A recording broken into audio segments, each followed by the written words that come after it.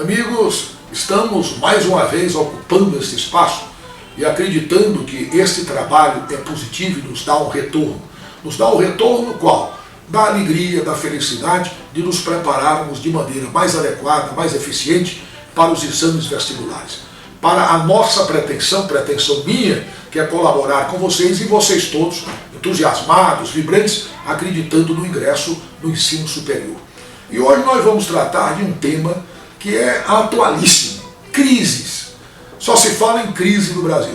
É a crise do governo, é a crise dos estados, são as crises dos municípios, são as dívidas acumuladas por instituições, por grupos econômicos, por empresas que vão à falência, que fecham as portas, e por pessoas. O Brasil tem uma carga tributária brutal.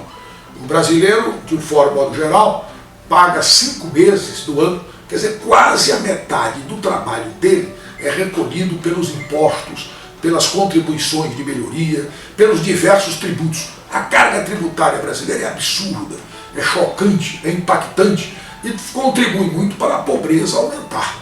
Veja, por exemplo, a situação da classe média brasileira, que vai ficando inteiramente esmagada, inteiramente empurrada para baixo por estas cobranças absurdas do governo federal, dos governos estaduais, dos municípios. Quando você vai ao mercado, quando você bebe um copo d'água, quando você estuda, você paga vários tributos. O sistema tributário brasileiro é realmente pesado. Isso é uma grande crise. Isso contribui para a crise brasileira. Mas eu vou lembrar, por exemplo, a grande crise acontecida em 1929 e que se espalhou nos anos 30 a partir dos Estados Unidos. A crise da Bolsa de Nova York. E aqui no Brasil, essa crise da Bolsa de Nova York tem muito a ver, por exemplo, com a mudança política que ali aconteceu, com a ascensão ao poder de Getúlio Vargas. A Revolução de Outubro de 1930 colocou abaixo a política antiga do café com leite, o café exatamente que vai ser destroçado por essa crise econômica, porque o Brasil exportava o café, era um produto que sustentava a nossa economia, e de repente, quais os países, quais as economias que estavam dispostas a comprar café? Café era considerado um produto supérfluo, um produto de certa forma de luxo, e isso todo mundo deixou de comprar. Então a economia brasileira entrou num buraco, entrou num abismo, entrou numa situação muito complicada. E isso marca esse governo do Getúlio, que vai ser um governo de 15 anos, com pelo menos, nós podemos dizer, 8 anos de ditadura clara, ditadura escancarada, mas podemos dizer também que ao longo dos 15 anos o Getúlio governou por decreto, logo após a sua ascensão em outubro, a queda do presidente Washington Luiz, a não posse do eleito até então Júlio Prestes, ao assassinato de João Pessoa, que desencadeou aqui na Paraíba este movimento todo que se espalhou pelo Brasil e colocou o Getúlio no poder.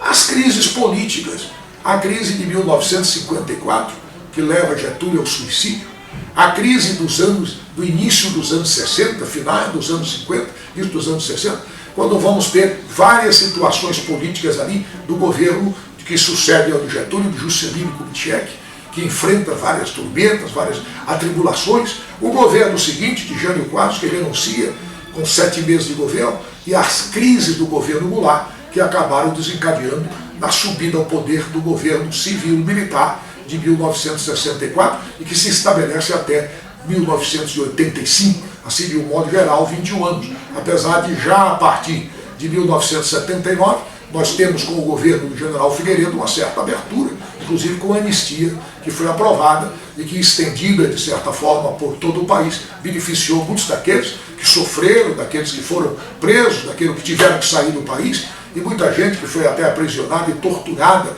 na mais lamentável situação que a ditadura apresentou. Hoje nós vivemos uma crise grave, que nós não temos exatamente a percepção do seu final e do seu destino, mas há um problema grave envolvendo o governo da presidente Dilma e que vai exatamente caminhar para uma votação no Senado nos próximos dias, agora, no mês de maio, para definir se a presidente continua ou é afastada. É o chamado impeachment. Eu quero lembrar que o impeachment está previsto na Constituição brasileira e foi usado em vários países do mundo. E aqui mesmo, no Brasil, nós tivemos o impeachment do presidente Collor em 1992. E nos Estados Unidos, o presidente Richard Nixon se livrou do impeachment renunciou antes que fosse submetido a uma votação do Congresso americano que certamente o afastaria, envolvido num escândalo durante a campanha eleitoral que o levou ao segundo mandato. O presidente Nixon foi eleito, cumpriu 4 anos e na campanha seguinte foi reeleito, mas foi acusado, e essas acusações foram comprovadas, de que havia uma ilegítima chegada ao poder por falta de decoro, por falta de responsabilidade efetiva, de uma ação honesta na campanha eleitoral. Então o presidente Nixon nos Estados Unidos renunciou no momento em que o impeachment já estava a ser votado. E aqui no Brasil o presidente Collor, em 92, teve também esse destino. São crises. Crise da economia, crise da política, e nós devemos sempre estudar, porque todos os vestibulares se preocupam com esses acontecimentos de grande importância. A Revolução Brasileira de 30, o governo, a era Vargas, o longo período de Vargas, e nós temos também essas situações que vão a partir da economia, como no caso da depressão nos Estados Unidos de 29, repercutindo nos anos 30 no mundo todo, e colocando no poder as ditaduras, né? Os regimes totalitários na Europa, eles também têm muito a ver, eles resultam também dessas crises da economia e da política logo após a Primeira Guerra Mundial. O fascismo italiano, o nazismo alemão são justificados em parte pela descrença popular, pela descrença do povo na liberal democracia. E daí vem os regimes ditatoriais, o fortalecimento do poder de um homem só ou de uma ideologia. Vão à frente, vão estudando, acreditem que as coisas acontecem positivamente.